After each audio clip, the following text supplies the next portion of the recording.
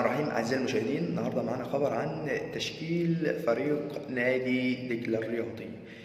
حارس محمد عبد المنصف، وحارس خالد وليد، ووسط رجب عمران، ومدافع خالد رضا، ومدافع عبد الله محمود، ومدافع محمود مرعي عبد الفضيل، ووسط عبد الرحمن رمضان، ووسط احمد سعيد محمد، ومهاجم مروان حمدي، ومهاجم محمد هلال، ووسط محمد عبد العاطي، ومدافع بسام وليد، وحارس يوسف محرم، ومدافع عمرو صالح، وايضا وسط حسام عرفات، ومهاجم احمد حسن، ووسط فاسيليوس، ومهاجم عبد الكبير الوادي، ووسط رفيق كابو، ووسط بيكهام، ومهاجم محمد رضا بوبو، ووسط عمر احمد ميرا، وايضا وسط ابراهيم عايش، وحارس حسين ذكري، ومهاجم اسلام علي، ومهاجم ايمن عادل، ومدافع عبد الرحمن يوسف، وايضا مدافع كريم، ووسط محمود فيليكس.